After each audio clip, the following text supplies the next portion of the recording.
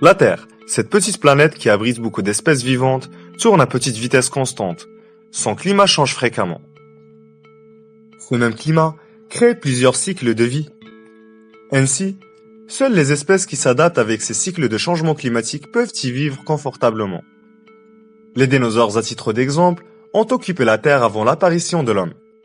Les scientifiques ont évalué leur cycle de vie à 160 millions d'années. Soudainement, il y a 65 millions d'années, les dinosaures ont disparu d'une manière très surprenante. La question que la plupart d'entre vous se posent est comment se fait-il que l'évolution de cette espèce se soit brusquement arrêtée? Et pour quelles raisons les dinosaures ont-ils disparu d'un seul coup? Était-ce à cause d'une pluie de météorites? Ou à cause d'un enchaînement d'éruptions de volcans? Ou bien à cause d'une sévère épidémie? Le point commun entre ces théories, c'est qu'elles sont fortement liées par une relation de causalité au changement climatique. Cela implique donc que la disparition de ces espèces est due à un changement du cycle climatique qui a peut-être créé un environnement pour de nouvelles formes de vie. L'homme vivait soit dans des grottes ou bien voyageur dans la Pangée, et dans ces milieux-là, les premiers hommes ont appris à manipuler le feu, certainement pour se réchauffer. Mais comment avons-nous maîtrisé le feu? La théorie la plus probable encore est que pendant les combats de l'homme contre les animaux, l'homme utilisait les pierres. Puis, il a découvert des étincelles et ensuite, inévitablement le feu, première source d'énergie utilisée. Cette trouvaille lui a permis donc d'avoir une vie confortable et de fabriquer les premiers outils nécessaires à sa survie. Ensuite, l'homme a inévitablement évolué dans un milieu de combat, ce qui lui a imposé de se protéger des dangers qui lui entourent. L'homme a remporté ces combats.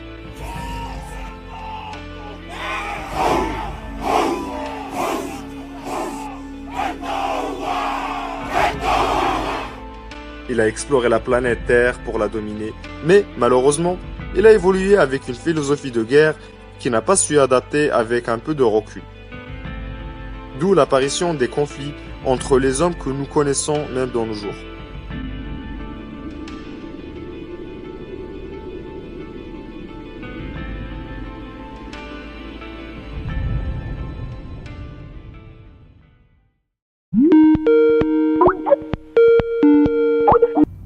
Bonjour Mustapha. Bonjour Ayoub. J'espère que tes vacances se déroulent bien après une année chargée. Oui, ça va très bien, merci. Je suis ici pour passer ma dernière semaine de vacances, après la longue tournée européenne que nous avons réalisée. Nous avons aussi constaté beaucoup d'avis qui convergent et qui divergent grâce au micro-trottoir. T'as pas remarqué aussi que beaucoup de guerres ont été créées, beaucoup de sang a coulé, pour cause la malutilisation des sources d'énergie dans des guerres que nous ne connaissons pas forcément les causes, et nous nous sommes un peu trop éloignés du principal objectif, qui est cohabiter avec les autres espèces sur cette planète sereinement et sainement. Si nous devons aborder ce sujet, il faudrait d'abord synthétiser les arguments que nos États respectifs utilisent pour nous offrir un cadre réglementaire pour un confort de vie favorable. Ces arguments sont majoritairement scientifiques. Avant d'aborder l'aspect économique ou bien la course vers le pouvoir sur Terre, voyons voir qu'est-ce que le CO2 scientifiquement. Le dioxyde de carbone est appelé en chimie CO2. Sa formule chimique représente la combinaison d'un atome de carbone avec deux atomes d'oxygène. Les humains et les animaux aspirent de l'oxygène de l'atmosphère et expirent du dioxyde de carbone.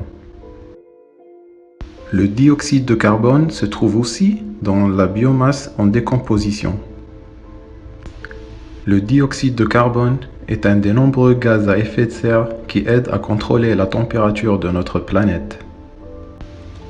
L'énergie thermique, soit la chaleur dégagée par le Soleil, voyage dans l'espace et reste retenue par les gaz à effet de serre. Et s'il n'y avait pas de gaz à effet de serre dans l'atmosphère, l'énergie thermique produite par le Soleil retournerait dans l'espace et la température de la Terre serait trop basse pour y vivre. Et si on rajoute une quantité importante de CO2 dans l'atmosphère, Le climat risquerait d'alterner de façon catastrophique, ce qui pourra causer sa destruction.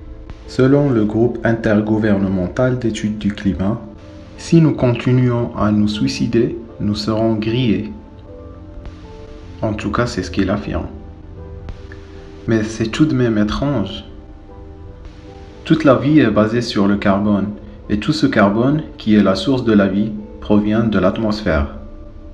Le charbon, pétrole et le gaz naturel sont les restes de ce plancton et de ces plantes qui ont été transformés par la chaleur et la pression au fond de la croûte terrestre. En d'autres termes, les combustibles fossiles sont à 100% organiques. S'il n'y avait pas de CO2 dans l'atmosphère terrestre, la Terre serait morte. Et néanmoins, le département de la protection de l'environnement américain a classifié cet ingrédient fondamental à la vie comme un polluant. Mais comment quelque chose qui est fondamental à la vie pourrait lui nuire? Avant qu'on aborde cette question, soyons clairs. Il est courant de se référer aux émissions de CO2 dues aux combustibles fossiles comme des émissions de carbone, et c'est complètement faux. Le CO2 n'est pas du carbone, c'est un gaz sans couleur ni odeur, et c'est un élément indispensable à la survie de toutes les créatures vivantes. Peut-on en avoir trop? En théorie, oui. Selon les alarmistes climatiques, c'est ce qui arrive aujourd'hui. Le niveau de CO2 devient excessif. Ont-ils raison? Durant la plus grande partie de l'histoire de la vie sur Terre, le taux de concentration en gaz carbonique dans l'atmosphère a été bien plus élevé qu'aujourd'hui. La vie est apparue et s'est développée de façon exponentielle au Cambrien, alors que le taux de concentration en CO2 était 10 fois plus élevé qu'aujourd'hui. Dans cette perspective historique, nous traversons une époque de basse concentration CO2 dans l'air. La concentration optimale en CO2 pour la croissance des plantes est 4 à 5 fois supérieure à la concentration actuelle. C'est pourquoi, partout, les agriculteurs injectent du CO2 dans leurs serres pour augmenter la croissance de leurs plantes. Les plantes transforment le dioxyde de carbone CO2 et l'eau H2O en molécules organiques plus oxygène O2. Et c'est ce qu'on appelle la photosynthèse. De la même façon, des niveaux plus élevés de CO2 entraîneront une augmentation de la production alimentaire et des forêts. Ça viendra bien à point, puisqu'au milieu de ce siècle, il faudra nourrir 8 à 10 milliards de personnes. En effet, on constate déjà les effets bénéfiques de l'augmentation de dioxyde de carbone dans l'atmosphère. Les observations par satellite montrent un verdissement de la Terre, dû au développement des cultures et des forêts grâce à l'accroissement de CO2. Le CO2 n'est pas un vilain mot. Nous devrions le célébrer comme une source de vie. Maintenant que nous savons tous ce que c'est le changement climatique, l'effet de serre et le fonctionnement du CO2, voici les avis de différentes personnes d'un peu partout dans le monde sur le sujet. Hello, I'm Max. We're here in Stockholm. الاسم ديالي أسامة كانون، عندي 21 سنة، كنقرا في ماستر واحد في الدومين ديال الطاقات المتجددة. السلام عليكم، اسمي ديالي عثمان مبارك، عندي 22 عام، كنقرا في العام الثاني في الماستر في لوديت اي كونترول جيستيون وكنهتم من بعيد بمجال الطاقات. I'm a tailor. I work in Savile Row making clothes. Hi, my name is Prince and I'm a student at Birkbeck Uni. Meu nome é Marco Guasti, eu sou do Brasil. Estoy aquí en Moscú, he venido a trabajar en bicicleta. I'm studying at SOAS University of London. I'm studying, doing my Masters in International Politics. Bonjour. Vous êtes là pour la Coupe du Monde, c'est ça? Oui, tout à fait. I'm Julianne. I'm Rachel. We're from America. We're traveling in Budapest.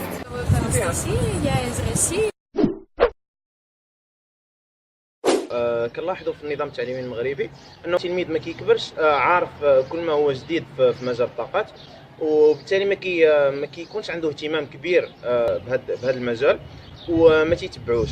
في المستقبل كيشكل واحد واحد التاخر من ناحيه التطور اللي كيعرفوا المغرب في مجال الطاقات، حيث انه ما كيلقاش عقول جديده ولا قوى جديده يمكن لها تخترع وتبتكر في هذا المجال. Je crois que c'est malheureusement impossible de réunifier la carte du monde autour de ça parce qu'il y a des enjeux géopolitiques et financiers qui sont tellement énormes là derrière que c'est difficile de réconcilier tout le monde autour de cette réalité-là parce que il y a des chiffres qui le prouvent que le réchauffement climatique est bien une réalité.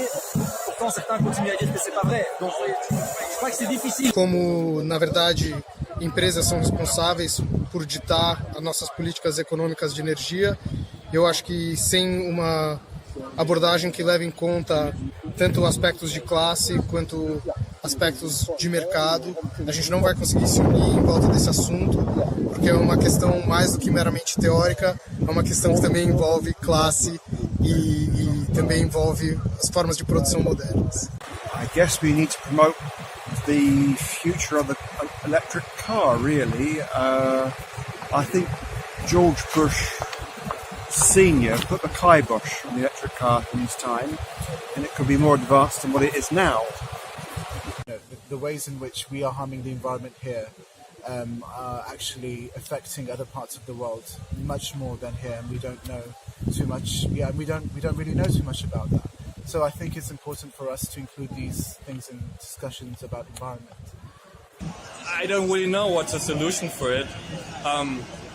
I guess everybody should work together, but it's not really that easy.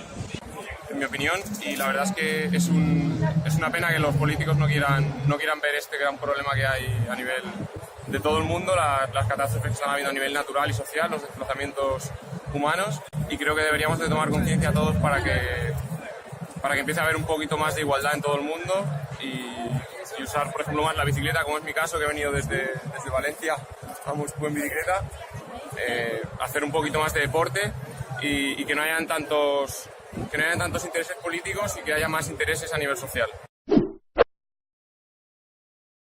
هذه الفكرة خاطئة، حيث العلماء الدور الوحيد ديالهم هو يدرسوا الظواهر ويحاولوا يفهموها أكثر.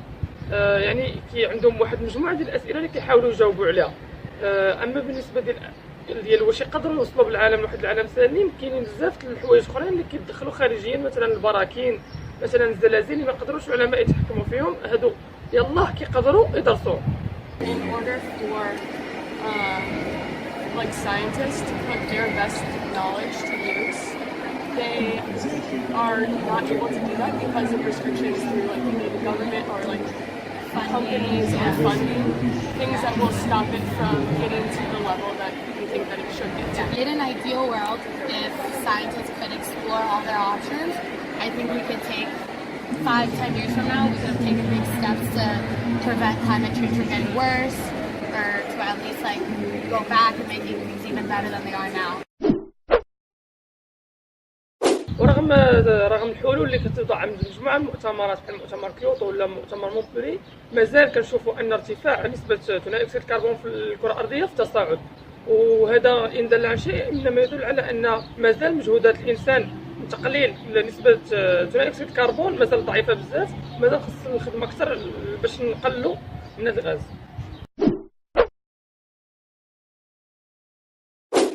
Il existe bel et bien, même si certains hommes politiques ont tendance à dire qu'il n'existe pas, mais il existe bel et bien. Il y a beaucoup de drames à travers le monde qui démontrent que le changement climatique il est bien là et qu'il y a vraiment une urgence à réagir, non pas pour nous directement. Peut-être que nous directement on ne le sentira pas, mais nos enfants et nos petits-enfants ils vont le sentir.